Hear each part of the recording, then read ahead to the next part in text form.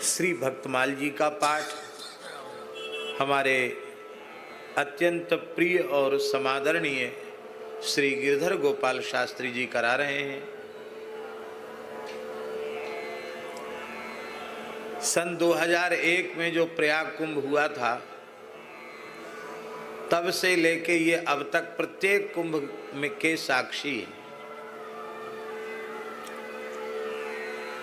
उस समय क्या स्वरूप था भैया जी, हम लोग आए थे, एक पुरानी बैन गाड़ी थी, मारुति बैन कहते उसको, उसमें बैठ के आए थे। उसमें ठाकुर जी आए थे, ट्रक में सामान आया था, उसी में जैसे तैसे संत बैठ के आए थे। और यहाँ आने के बाद 2001 की बात बता रहे हैं, केवल खाली प्लॉट था कि यहाँ शिविर लगेगा, खाली बाउंड्री केवल करा दी गई थी टीन की। और रात को ठाकुर जी आ गए, सब आ गए, तो ठाकुर जी तो गाड़ी में ही विश्राम किए, रात्रि को 12-1 बजे पहुंचे थे। रोड भी उतने अच्छे नहीं थे, खूब कोहरा पड़ रहा था। तो एक तिरपाल बिछाई, उसी पर सबने अपनी अपनी कमरिया बिछाई, आसन। ठंड बहुत थी, ओस बहुत गिर रही थी, तो सब लेटने के बाद फिर ऊपर से एक तिरपाल ओढ़ ली सबने। इस तरह से विश्राम हुआ। और एक भी व्यक्ति ऐसा नहीं था जो वैतनिक हो। वैतनिक माने कुछ दे करके सेवा। रसोई भी सब संत ही बनाते थे।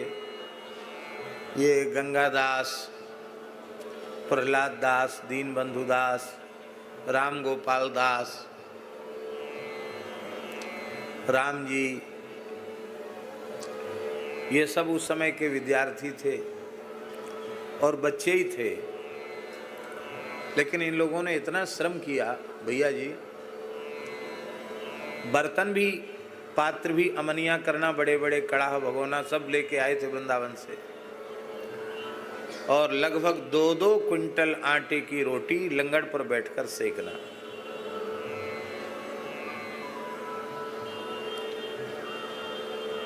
एक छत्ता ठाकुर जी का और एक हमारा, बाकी छोटी छोटी रावटी। वह भी एक आनंद था, वह भी एक सुख था। अब धीरे धीरे ये स्वरूप है, भगवान की लीला है। बाढ़ी पूछ कीन कपि खेला। हनुमान जी की पूछ बढ़ रही है। बोलो श्री हनुमान जी महाराज की जय। और उस समय भैया जी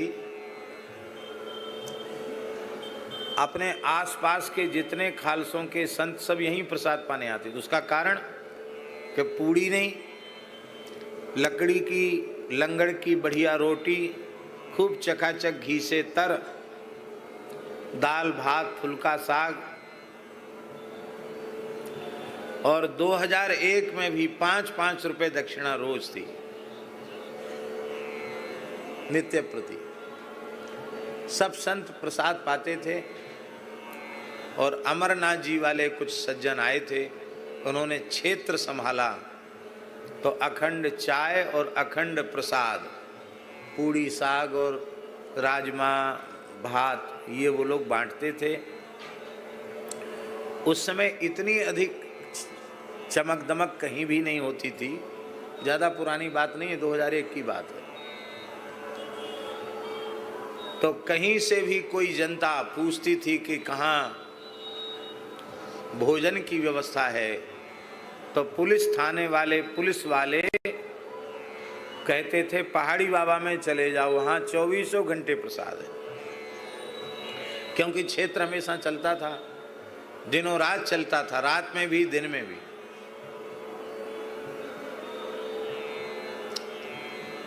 पहचान क्या थी, कोई इतना बड़ा गेट नहीं था। तो श्री ठाकुर जी की कृपा से उस समय भी ध्वजा सबसे ऊंचा था। तो पुलिस वाले लोग कहते थे कि वो झंडा पचरंगा झंडा फहरा रहा है, बस वहीं चले जाओ, पता बताते और लोग यहाँ प्रसाद पाने आते।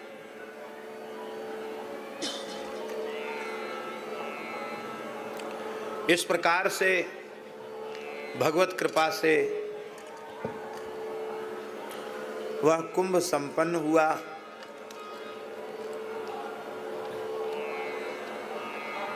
और वहां से जो राशन लेके आए थे भैया जी, और वहां से जो कुछ खरीदने की बाजार की व्यवस्था लेके आए थे, वो अधिक से अधिक 10 दिन में जैसी आराम हो गई, क्योंकि बिना लिमिट के करोगे तो हो गई ऐसा। लेकिन श्री ठाकुर जी की कैसी अनुपम करुणा, योगक्षेमम वहाम्यहम, पूरी व्यवस्था भगवत कृपा से, व्यवस्था ऐसे ही जुटती रही सहज, कहाँ से आ गया कैसे हो गया, और ठाकुर जी ने पार लगा दिया। आखिरी जब यहाँ से प्रस्थान था तो ट्रक वाले को अग्रिम भाड़ा देने की भी व्यवस्था नहीं थी। और मन में एक बात यह भी थी कि संतों ने इतना श्रम किया है, कुछ न कुछ कपड़ा और कुछ न कुछ विदाई संतों को मिलनी चाहिए। ये बेचारे ब्राह्मण बालक, इन्होंने बहुत श्रम किया है, इनको भी कुछ न कुछ देना चाहिए।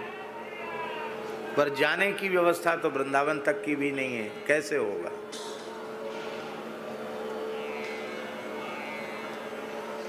बसंत पंचमी का आखिरी स्नान हुआ और आकर यहाँ हमने धूना, पहाड़ी बाबा के नाम से अखंड धूना चैतन्य किया था चत्ता के सामने। वहाँ बैठ गए, जनता आने लगी, एक एक लड्डू सबको प्रसाद अपने हाथ से बांटने लगे और भेंट चढ़ने लगी, सामान आने लग गया। महाराज जी, बसंत पंचमी की बात, और षष्ठी तक इतनी सामग्री आ गई, सेवा की व्यवस्था आ गई, ऐसी सहज, बिना जाने परिचय लोग, कि ठाकुर जी ने ऐसी कृपा की कि फिर उत्साह बढ़ा तो पूर्णिमा तक हम रहे। विचार था षष्ठी को जाने का, लेकिन माघ पूर्णिमा तक रहे।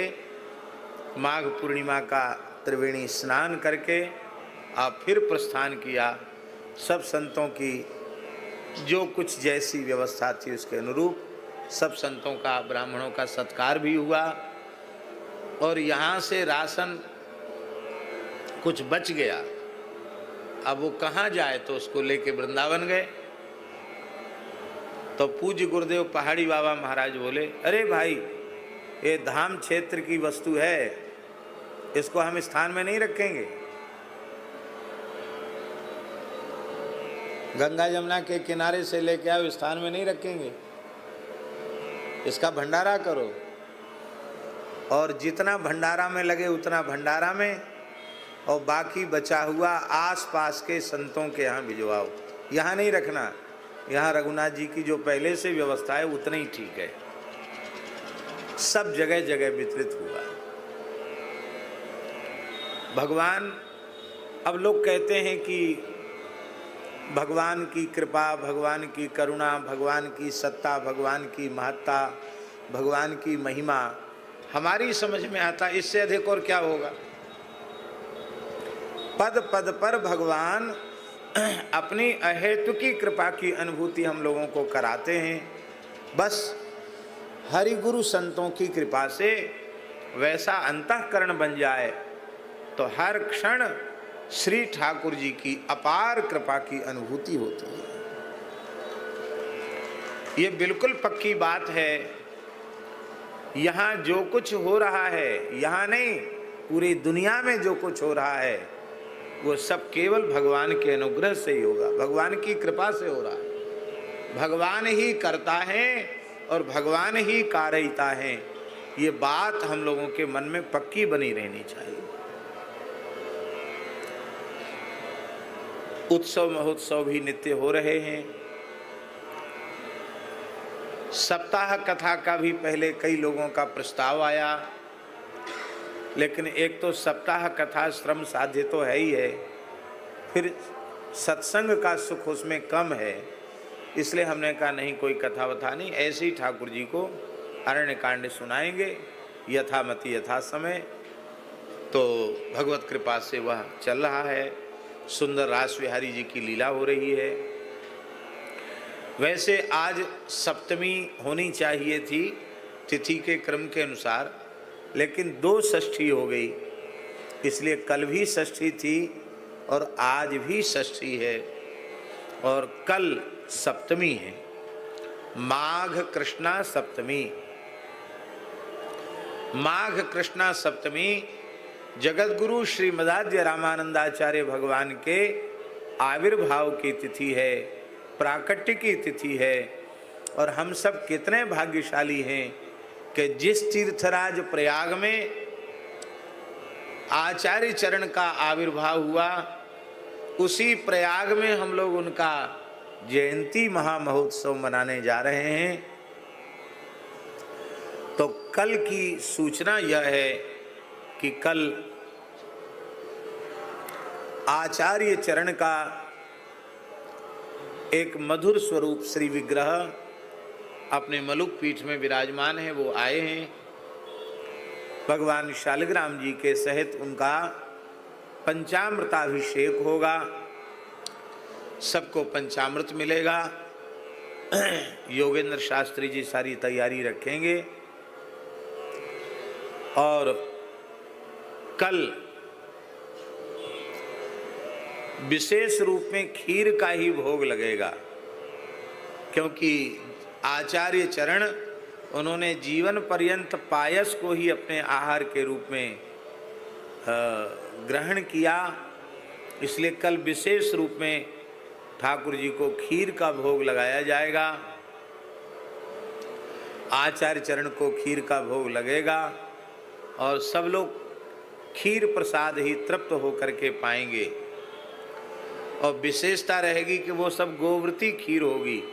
आप लोग कहेंगे इतने बड़े मेला में भारतीय वेद लक्षणा देसी गाय का दूध कहाँ से उपलब्ध होगा? तो पथमेड़ा गोधाम में भारतीय देसी गायों के दूध का पाउडर बनाया गया है, उसी पाउडर से ही दही जमाकर कढ़ी बन रही है। सब काम गोव्रती है, मिठाई भी सब भारतीय देसी गाय के घृत से ही निर्मित हो रही है। तो वो पाउडर के दूध वाली खीर होगी, लेकिन बीच में अभी खीर बनी भी बढ़िया बनती है, बस उसमें थोड़ा 10-12 किलो घी और उसमें छोड़ दिया जाए, हा, फिर क्या कहना, फिर तो और आनंद हो जाता है। तो बढ़िया से बढ़िया कल खीर, खूब घुटेमा खीर बननी चाहिए, खूब पर्याप्त उसमें घृत होना चाहिए। तो कल की यह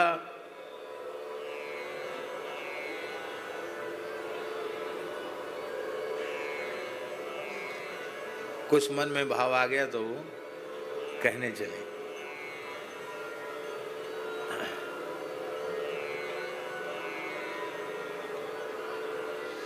तो भगवत कृपा से कल हम लोग प्रातःकाल जो पाठ का समय रहेगा, मानस जी के पाठ का समय, उसका संक्षिप्त नियम करेंगे। कल हम लोग यहाँ आचार्य चरण का, वहाँ ठाकुर जी के सामने थोड़ी जगह कम है, यहाँ पंडाल है, तो यहाँ आचार्य चरण का अभिषेक का दर्शन भी हो जाएगा और हम लोग बधाई गा लेंगे। पूज्य बक्सर वाले महाराज जी ने खूब सुंदर सुंदर बधाई लिखी हैं, उन्हीं को गा कर के हम लोग खूब आनंद लेंगे, नाच गा लेंगे, कुछ बधाई बट जाएगी और फिर मध्याह्न में राजभोग होगा, अपराह्न में लीला होगी। शायद पिताजी के मन में कोई भाव जगा तो वो कुछ कह के आए। क्या कह के आए? क्या रामानंदाचार्य जी। हाँ ठीक ठीक, बहुत अच्छी बात। लीला में भी श्री आचार्य चरण के प्राकट्य की ही लीला होगी। बहुत सुंदर बात है।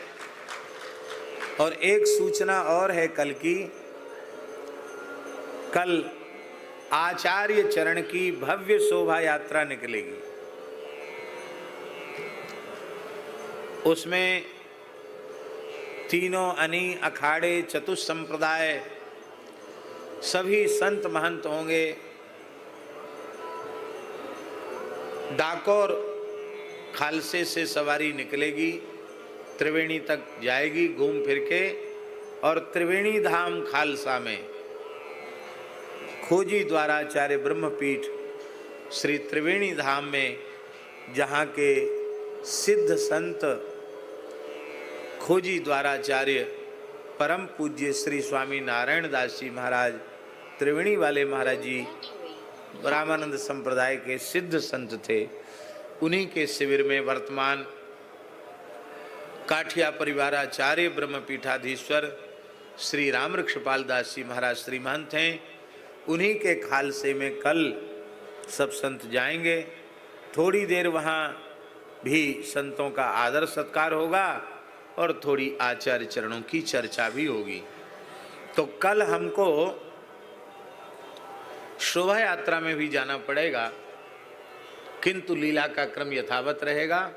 अब वहाँ से लौट के आने के बाद हम थोड़ी देर सत्संग भी करेंगे, वो क्रम भी रखेंगे।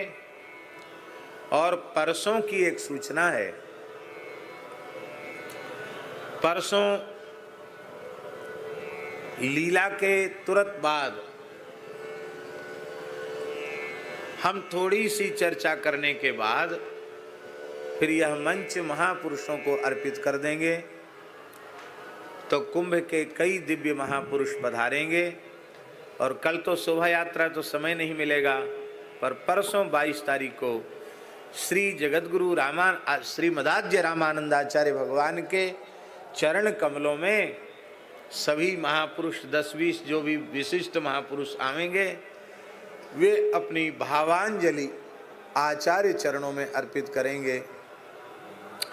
क्योंकि दास के मन में ये भाव था कि इतना बड़ा अवसर है तो यहाँ आचार्य चरण का स्मरण अवश्य होना चाहिए। तो ये कल की और परसों की ये सूचना है।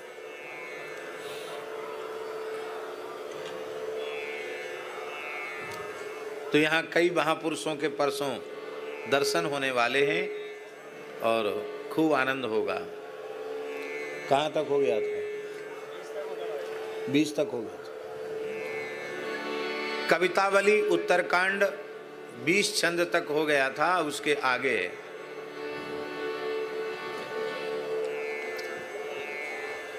शिला साप पाप गोह गीध को मिलाप, सबरी के पास आप चली गए हो सो सुनी में। सेवक सराहे कपि नायक विभीषण भरत सभा, सादर स्नेह सुर धुनी में। आलसी अभागी अघि आरत अनाथ पाल, साहेब समर्थ एक नीके मन गुनी में। दोष दुख दारिद दलैया दीन बंधु राम, तुलसी न दूसरो दया निधान गुनी में। मीत बाली बंधु पूत दूत, दस कंध बंधु सचिव सराध कियो। सबरी जटायु को लंक जरी जो है जिय, सोच सो विभीषण को कहो ऐसे साहेब की सेवा न खटाई को। बड़े एक एक ते अनेक लोक लोकपाल, अपने अपने को तो कहे वो घटाई को। साकर के सेई वे सराही वे सुमीरी वे को, राम सुन साहेब न कुमति कटाई को। भूमि पाल व्याल पाल नागपाल लोकपाल, कारण कृपालु में सभी के जी की थाह आदर को आदर नाही काहू के देखियत सबनी सुहात है सेवा सुजान टाहेली तुलसी सुभाए कहे नाही कछु पक्षपात कौने ईस किए किस भालू खास माहली राम ही के द्वारे पे बुलाए सन्मानियत मोह से दीन दुबरे कुपुत गुरु काहली राम ही के द्वारे पे बोलाए सन्मानियत मोह से दीन दुबरे कुपुत गुरु काहली सेवा अनुरूप फल देत भूप कूप ज्यों बिने बिहुने गुण पथिक पिया से जात पथ के लेके जो के चौके चित तुलसी स्वार्थ हित नीके देखे देवता देवैया घने गत के गीध मानो गुरु कपि भालू मानो मीत के पुनीत गीत साके सब साहिब समत के और भूप पर की सुला की तौली ताई लेत लसम के खसम तुही पे दशरथ के लसम के खसम तुही पे दशरथ के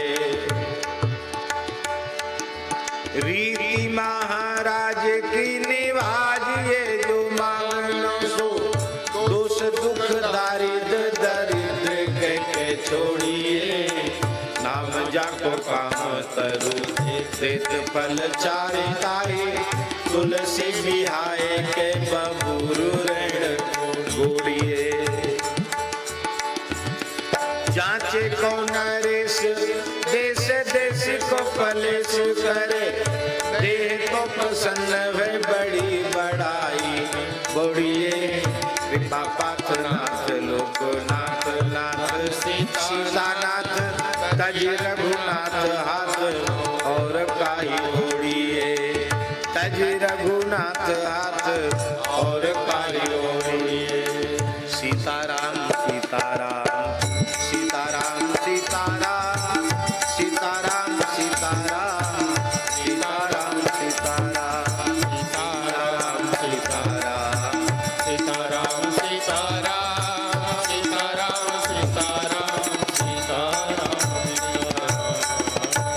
अरण्य कांड में हम लोग श्रवण कर रहे थे कि महर्षि अत्रि से भगवान श्री राम ने विदा मांगी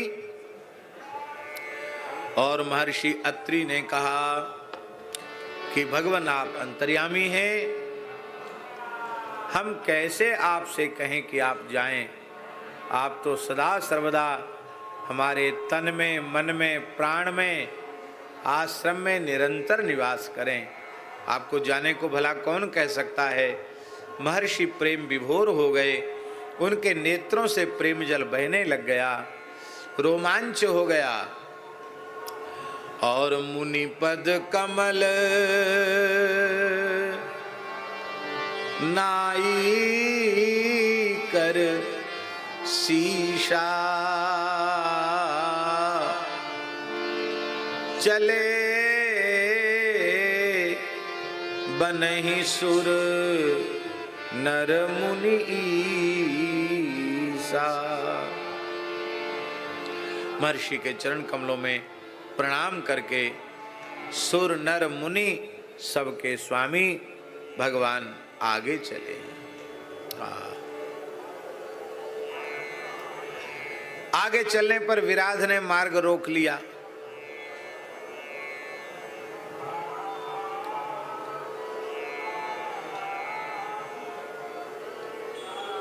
श्री राम लक्ष्मण को पकड़ लिया, कहा मैं खा जाऊंगा तुमको।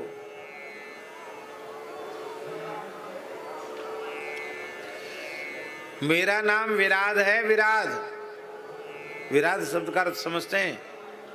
विराधयति पीड़यति लोकान असौ विराधा, जो सबको पीड़ा पहुंचावे। विराधयति पीड़यति लोकान, सारे संसार को पीड़ा पहुंचावे, उसका नाम विराध है। अथवा दूसरी व्युत्पत्ति है विगतः राधा, जो आराधना उपासना से शून्य है वही विराध है। जो आराधना उपासना करता है उसका हृदय सरल होता है, उसके हृदय में दया, क्षमा, करुणा, सहजता, सरलता आदि दिव्य गुण आते हैं। और कोई साधना तो करे और हृदय में क्षमा, दया, करुणा, सहजता, सरलता ना आवे तो समझ लेना चाहिए कि साधन का श्रम हो रहा है, वस्तुतः साधन ठीक पद्धति से नहीं चल रहा है। हमारे साधन में कहीं न कहीं त्रुटि है।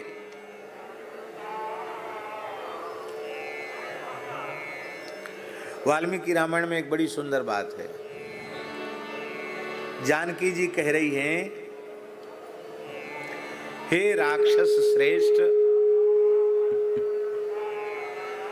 आप आर्यपुत्र को और श्री लक्ष्मण जी को, मेरे देवर लक्ष्मण जी को छोड़ दो। तुम्हें भूख लगी है तो मेरा भक्षण कर लो, पर इन्हें तुम छोड़ दो।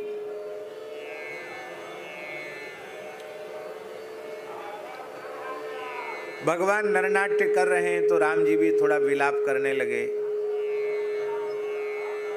वाल्मीकि में वर्णन है। तो लक्ष्मण जी ने कहा, ये क्या नाटक कर रहे हो आप? नाटक ही करते रह जाओगे। तब भगवान ने एक भुजा, जिस भुजा में भगवान को पकड़ा था, अपने खड्ग से उसकी दाहिनी भुजा काट दी और श्री लक्ष्मण जी ने उसकी बाहिनी भुजा काट दी।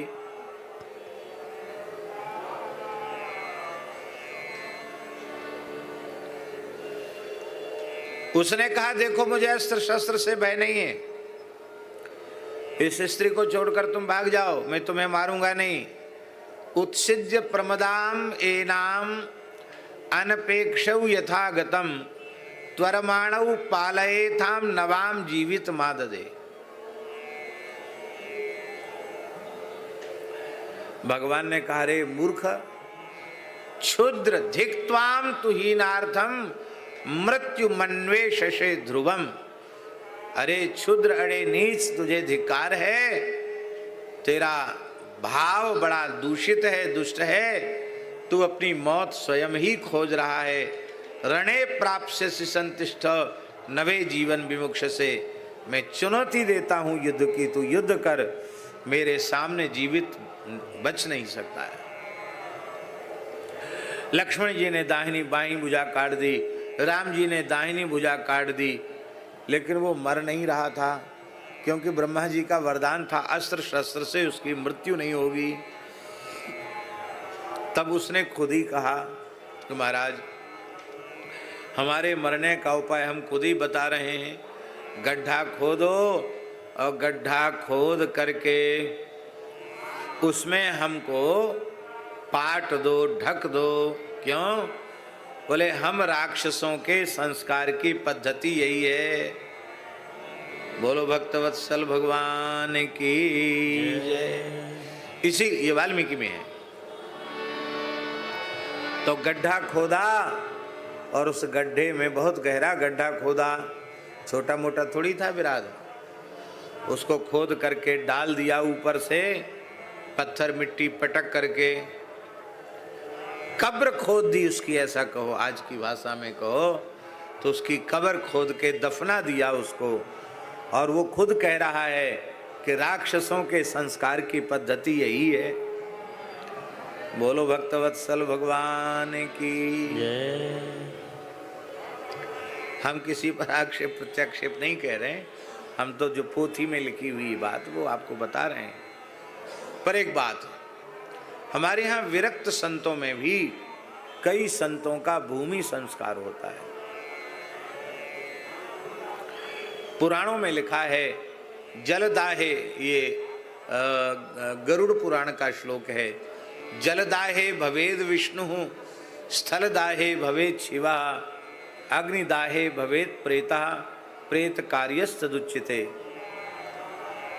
जल में संस्कार करने से, जल प्रवाह करने से, जल समाधि देने से, और वह मृतक विष्णु रूप होता है।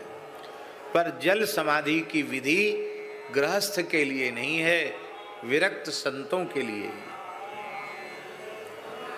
थल दाह से वह शिवरूप हो जाता है और अग्निदाह से वह प्रेत रूप होता है। इसलिए वो त्रयोदशा तक के कर्म को प्रेत कृत्य कहा जाता। 10 गात्र विधान जब तक नहीं हो जाता तब तक मृतात्मा को प्रेत कह करके ही संबोधन किया जाता है। 10 गात्र होने के बाद जब पितरों में मिल जाता है तब उसकी पितृ संज्ञा होती है, तब तक उसे प्रेत कहा जाता है। मरने के बाद परम कल्याण का विधान करने वाला शास्त्र केवल हिंदू वैदिक धर्म है और किसी मत पंथ में मृतात्मा के कल्याण की व्यवस्था नहीं है। वो केवल हिंदू सनातन धर्म है।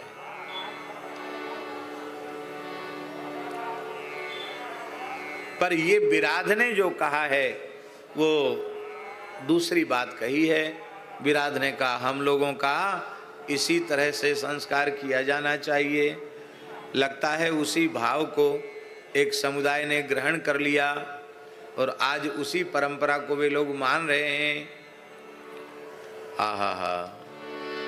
इसलिए उत्तरकांड में नारद जी ने भगवान की स्तुति की है, तो उस स्तुति में क्या कहा?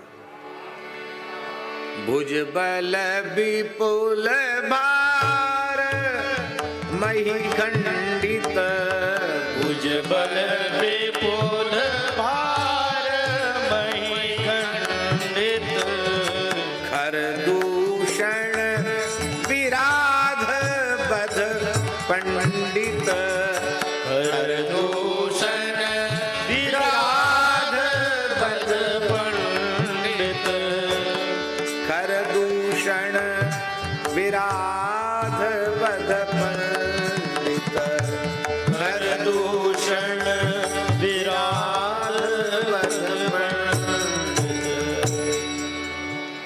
मिला असुर विराध मग जाता, आवत ही रघुवीर निपाता, तुरत ही रुचिर रूप ते ही पावा, देख दुखी निज धाम पठावा। इस विराध का वध करके भगवान ने इसे अपना नित्य धाम प्रदान किया। इसके बाद भगवान सर्वभंग महर्षि के आश्रम में आए। श्री जानकी जी, श्री लक्ष्मण जी साथ में हैं। पुनि आए जा मुनि सर्वभंगा, सुंदर अनुज जानकी संगा। भगवान आए और वाल्मीकि रामायण में लिखा है भैया जी कि उस समय देवराज इंद्र सर्वभंग जी से कुछ चर्चा करने आए थे। तो देवराज इंद्र को आश्रम में आया हुआ देखकर भगवान महर्षि सर्वभंग के आश्रम से दूर ही ठहर गए, क्योंकि रावण वध के पहले भगवान का देवताओं से मिलन नहीं होना चाहिए। मिलन हो जाएगा तो फिर ब्रह्मा जी का दिया हुआ वरदान झूठा हो जाएगा, क्योंकि बानर मनुज जाति दुई बारे। तो तब तक भगवान ने अपनी भगवत्ता को संगोपित करके रखा। इंद्र को भी पता चल गया कि प्रभु आ रहे हैं। मन तो है पास से दर्शन करने का, लेकिन मर्यादा है, इसलिए रथ के सहित इंद्र आकाश में चले गए। इस दृश्य को देख करके लक्ष्मण जी बड़े आश्चर्यचकित हैं। लक्ष्मण जी कहते हैं कि ये क्या है, ये रथ आकाश में कैसे उड़ रहा है? ये हरे हरे रंग के घोड़े तो हमने आज तक नहीं देखे। सफ़ेद देखे, लाल देखे, काले घोड़े देखे, चितकबरे घोड़े देखे, हरे घोड़े तो नहीं देखे। ये हरे घोड़े किसके हैं? बोले ये देवराज इंद्र के घोड़े हैं, ये उनका सारथी मातली है। जैसे नज़दीक से कोई हेलीकॉप्टर हो तो उसमें बैठे हुए लोग भी दिखाई पड़ते हैं, ऐसे ही पास में ही है रथ। तो भगवान श्री राम जानकी जी और लक्ष्मण जी को बता रहे हैं, देखो ये इंद्र है, ये उसके घोड़े हैं, ये सारथी है, ये उसकी ध्वजा है। और भगवान वाल्मीकि में कह रहे हैं कि देखो लक्ष्मण, इन देवताओं की उम्र घटती बढ़ती नहीं है, ये 25 वर्ष के ही सदा बने रहते हैं, इनमें भोग की अपरिमित शक्ति बनी रहती है, इनकी शक्ति कभी क्षीण नहीं होती है। इस तरह से भगवान बता रहे हैं। और जब इंद्र चले गए, अंतर्धान हो गए, तब प्रभु ने महर्षि सर्वंग के आश्रम में प्रवेश किया। बोलो भक्तवत्सल भगवान की जय। देखी राम मुख पंकज मुनिवर लोचन भृंग सादर पान करत अति धन्य जन्म सरभंग धन्य जन्म सरभंग। भगवान का तो मुख कमल है और महर्षि के नेत्र भौरे बन करके उस मुख कमल मकरंद सुधा का पान कर रहे हैं। और श्री गोस्वामी जी जय जयकार कर रहे हैं, धन्य धन्य कह रहे हैं, आज सर्वंग जी का जन्म धन्य है। इसका आशय क्या है भैया जी? इसका आशय यह है, जिसके नेत्र भ्रमर बनकर श्री ठाकुर जी के मुख कमल के मकरंद का पान करें, उसी का जीवन धन्य है। और ऐसा सौभाग्य जिसको जीवन में एक बार भी प्राप्त न होवे, तो चाहे जितनी ऊंचे कुल में जन्म ले लिया हो, चाहे जितना पोथी पत्रा पुराण कंठस्थ कर लिए हो, चाहे जितनी वाक्पटुता पांडित्य प्राप्त कर लिया हो, चाहे जितनी विद्याएं कलाओं का अर्जन कर लिया हो, पूरे संसार के सभी बड़े से बड़े पद उसको मिल गए हों, लेकिन यदि यह नहीं हुआ तो उसका जीवन धन्य कहलाने की योग्य। यही बात ब्रज की गोपियां कह रही हैं। अक्षणवता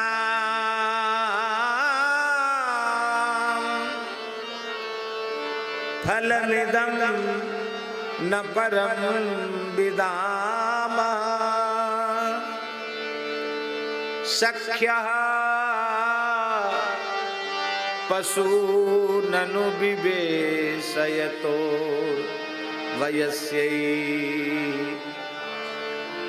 वक्त्रं ब्रजेश सुतयो रनुवेणुजुष्टं यैर्वा निपीत मनुरक्त कटाक्ष मोक्षम। सख्या गोपियां कह रही, अरे सखियो, अक्षणवताम इदमेव फलम न परम। इन देहधारियों के नेत्रवान होने का यदि कोई फल है तो वह यही है कि इन आंखों से नंद नंदन श्याम सुंदर का दर्शन हो।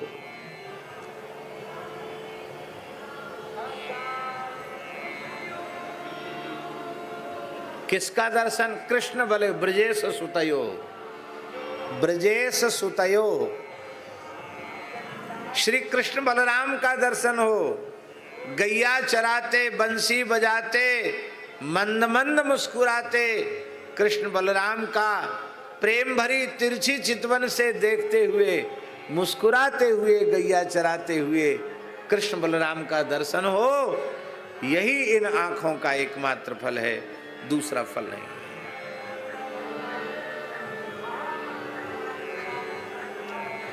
अक्षणवताम इदमेव फलम। और दूसरा अर्थ भी है। दूसरा अर्थ क्या है? यहां भैया जी अनुवेणु जुष्टम कृष्ण बलराम दोनों के साथ है। इसका मतलब है सुख गोपियां कह रही हैं केवल ठाकुर जी ही बंसी नहीं बजाते, हमारे दाऊ दादा भी बंसी बजाते। ब्रजेश सुतयो अनुवेणुजुष्टम, अनुवेणुजुष्टम ब्रजेश सुतयो कृष्ण वलयो अनुवेणुजुष्टम। और इस झांकी का दर्शन ब्रज में कहाँ होता, आप बता सकते हैं? बताइए कहाँ होता है? जहां कृष्ण बलराम दोनों बंसी बजा रहे हैं, बोलो कहाँ होता है दर्शन? चलो आप लोग सोच विचार में पड़ गए।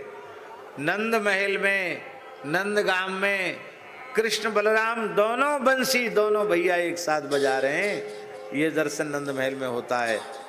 अब तक ध्यान न दिया हो तो अब फिर ध्यान देना। वहाँ दो विग्रह एक जैसे हैं, एक थोड़े बड़े हैं और एक थोड़े छोटे हैं। तो बड़े विग्रह श्री दाऊ दादा हैं, वो बाबा के पास खड़े हैं और मैया के पास छोटे पड़े। तो वहाँ पंडा कहें कि बड़े पे प्यार बाप को अधिक होए, बाबा को अधिक होए। यासों दाऊ दादा के पास, बाबा के पास खड़ो है। और छोटे पे मैया को प्यार ज़्यादा होए, यासों कन्हैया मैया के पास ठाड़ो है। ये दर्शन वहाँ होता है।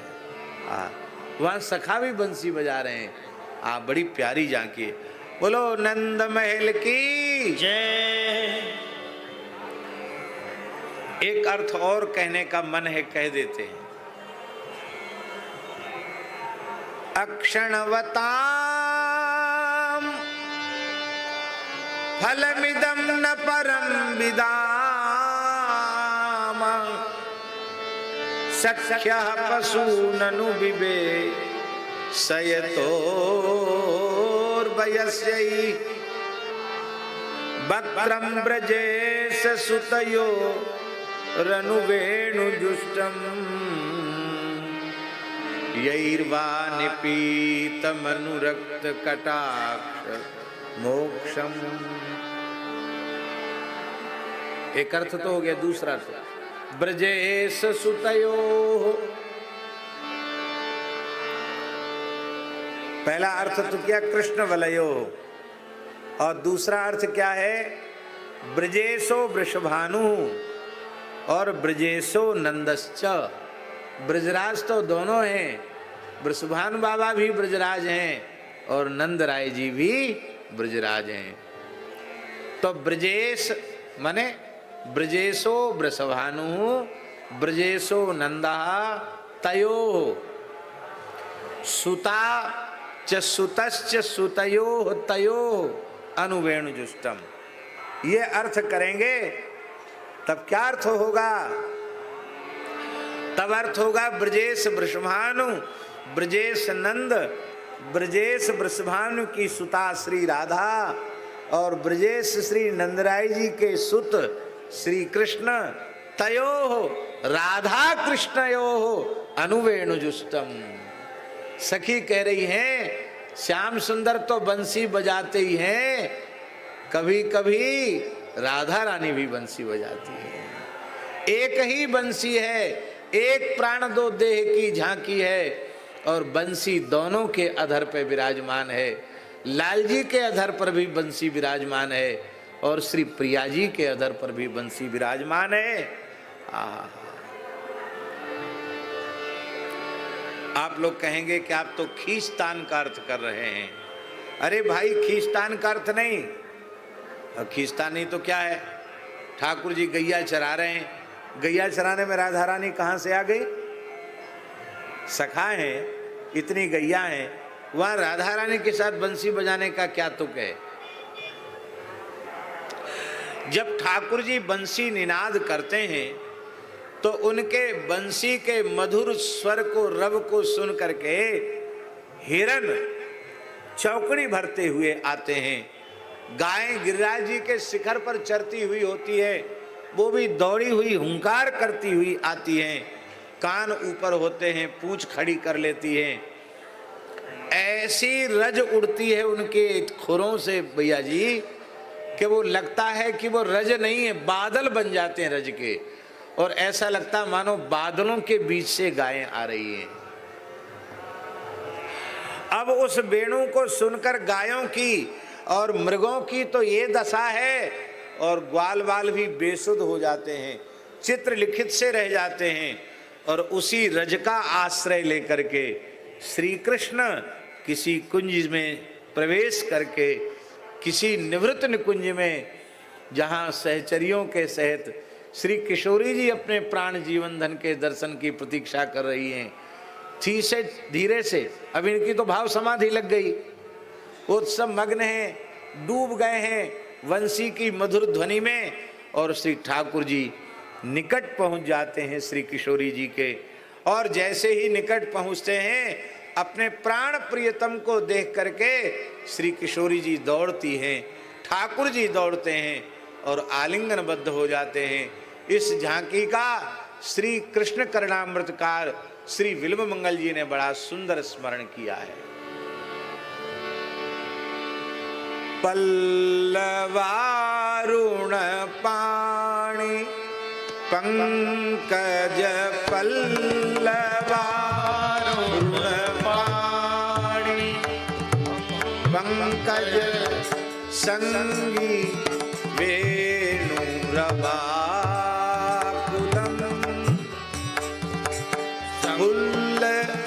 पाटल पाटली,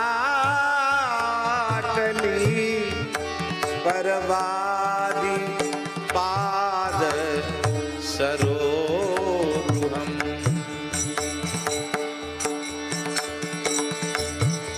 उल्लसन मधुराधर धर द्युति मंजरी, रसनाननम वल्लवी, कुछ कुंभ कुंकुम पंकिलम प्रभुमाश्रये। वल्लवी कुछ कुंभ कुंकुम पंकिलम प्रभुमाश्रये।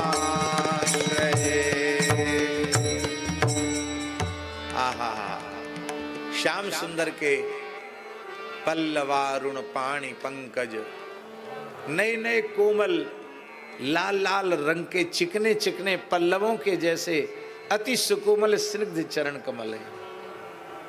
हाथ भी ऐसी हैं, चरण भी ऐसे हैं। संगी वेणु रवाकुलम, बंसी बजा रहे हैं। फुल्ल पाटल पाटली, परवादि पाद सरोरुहम्, खिले हुए गुलाब के फूल को भी लज्जित कर रहे हैं कर कमल और चरण कमल। कोमलता, सुगंध, कांति सब लज्जित हो रहे हैं। ऐसे प्रियतम का श्री वृषभानुनंदिनी श्री राधा रानी प्रेम पूर्ण प्रगाढ़ आलिंगन कर रही हैं। आहा हा हा। तो अब दोनों के सात्विक भाव हैं भैया जी। लाल जी को भी अश्रुकंप पुलकादि भाव हैं, प्रिया जी को भी वही भाव हैं।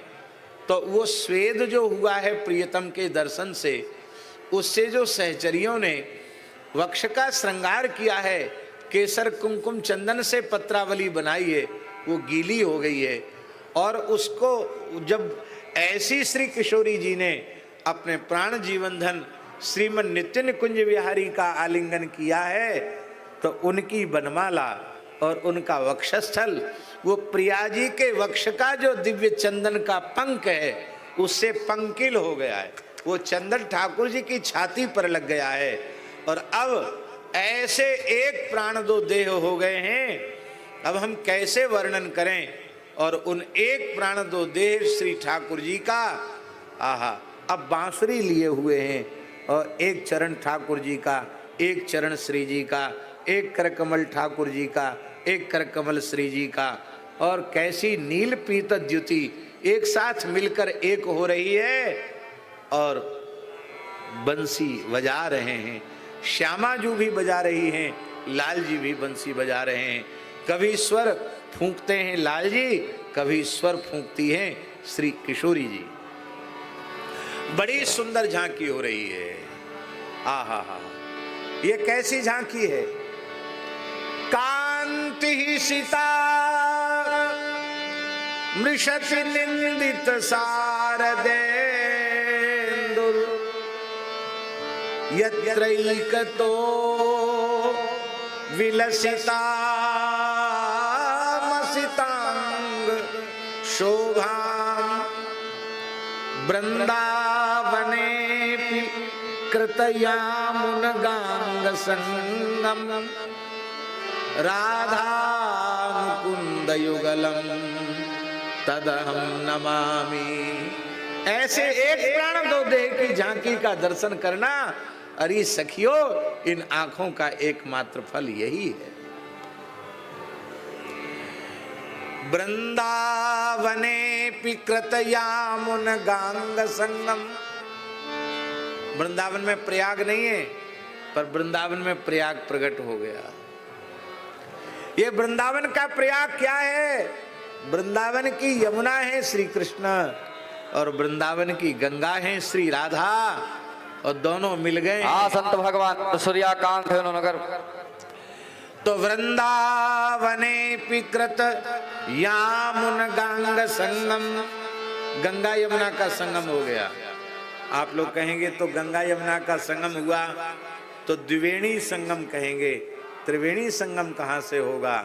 अरे बोले भाई, सरस्वती जी गुप्त हैं, अंतःसलीला हैं, कहीं प्रकट हैं, कहीं गुप्त हैं, कहीं प्रकट हैं, कहीं गुप्त हैं। युगल की नीलपीत द्युति तो श्री गंगा यमुना है, और जो लाल लाल चरण दिख रहे हैं, दोनों के चरण तल, वो श्री सरस्वती जी हैं। जो लाल लाल करतल दिख रहे हैं, वो कहीं सरस्वती जी प्रकट हैं, कहीं गुप्त हैं। और आहा हा, चरणों में भी प्रयाग है। ठाकुर जी के श्याम चरण श्री यमुना जी हैं, उनकी उज्जवल नखमणि चंद्रिका श्री गंगा जी हैं, और उनके लाल लाल चरण तल श्री सरस्वती जी। श्री किशोरी जी के लाल लाल चरण तल, किशोरी जी के अरुणा रे दो तरवा, लाल लाल चरण कमल हैं, वो तो श्री सरस्वती जी हैं। और उनकी जो नखमणि चंद्रिका की छटा है, वो श्री गंगा जी हैं। और ठाकुर जी का श्रीअंग प्रतिबिंबित हो रहा है उन दिव्य चरणों में, इसलिए गौर चरण भी जातन की झाई परे श्याम हरित द्युति होए। वो क्या है? बोले श्री यमुना जी हैं। इसलिए कैसा है? लली के पग पग पर प्रयाग यहाँ, कैसा है? हाँ, ऐसा लीला में कहते हैं ना, राधा रानी के पग पग पर वृंदावन में प्रयाग है। भैया